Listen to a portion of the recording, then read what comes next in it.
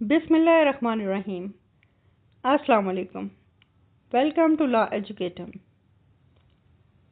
Biology 9, chapter number 1, and the topic is Relationship of Biology with Other Sciences. Biology is related to many other branches of sciences. First of all is biophysics. Biophysics is the study of living things on the principles and laws of physics. Basically biophysics में living things की study की जाती है physics के laws and principles के मुताबिक. For example movement of muscles and bones और muscles की मूवमेंट जो है वो बिल्कुल रिलेटेड है जिस तरह से लिवर की और दूसरी मशीन्स की मूवमेंट होती है उस तरह से.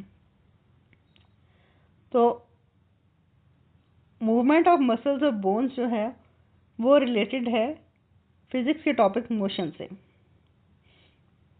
इसी तरह और भी बहुत से फिजिक्स के लॉज एंड प्रिंसिपल जो कि लिविंग थिंग्स पे अप्लाई होते हैं वो तमाम पढ़े जाते हैं बायोफिजिक्स में. Biochemistry it is the study of different chemicals and processes occurring in living organisms. For example photosynthesis and respiration. Biochemistry में हम वो तमाम केमिकल्स के बारे में पढ़ते हैं और उन तमाम केमिकल प्रोसेसेस के बारे में पढ़ते हैं जो कि लिविंग ऑर्गेनिजम्स की बॉडीज़ के अंदर होते हैं. इसमें मुख्तलिफ़ किस्म के प्रोसेसेस आते हैं जैसे फोटोसिंथेसिस में कौन कौन से केमिकल्स यूज़ होते हैं और ये केमिकल प्रोसेस किस तरह से परफॉर्म होता है, ये सारा हम बायोकेमिस्ट्री में पढ़ते हैं. इसी तरह रेस्पिरेशन, एक्सक्रीशन और बाकी तमाम भी जो केमिकल प्रोसेसेस हैं उनके केमिकल स्ट्रक्चर और उनके केमिकल रिएक्शंस जो हैं वो हम बायोकेमिस्ट्री में पढ़ते हैं.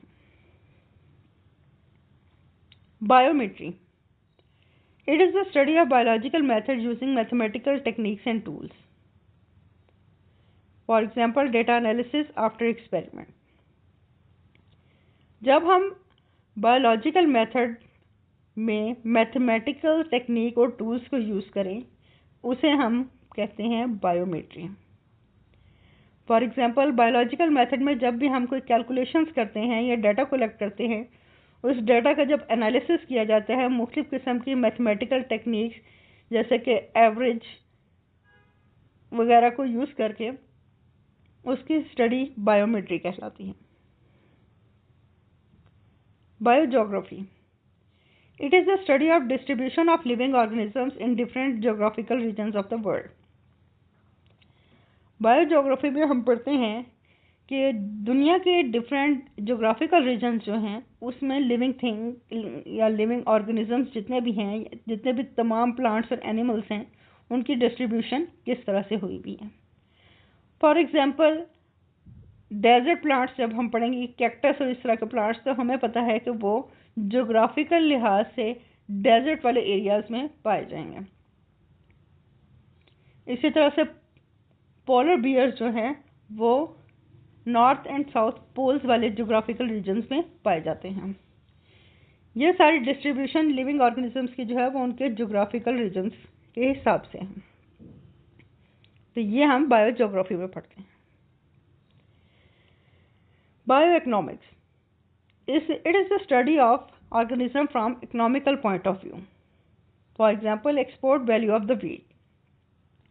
बायोइकोनॉमिक्स में हम लिविंग ऑर्गेनिजम्स यानी कि प्लांट्स और एनिमल्स को इकोनॉमिकल पॉइंट ऑफ व्यू यानी कि माशी लिहाज से पढ़ते हैं कि वो हमें माली लिहाज से कितने फ़ायदेमंद हैं. फॉर एग्जांपल हमने गंदम की एक्सपोर्ट वैल्यू फाइंड आउट करनी है. इसमें हम ये पढ़ते हैं कि कोई भी लिविंग ऑर्गेनिज्म जो है उसकी हम इकोनॉमिकल पॉइंट ऑफ व्यू से वो हमारे लिए फीजिबल हैं या नहीं. So these are the main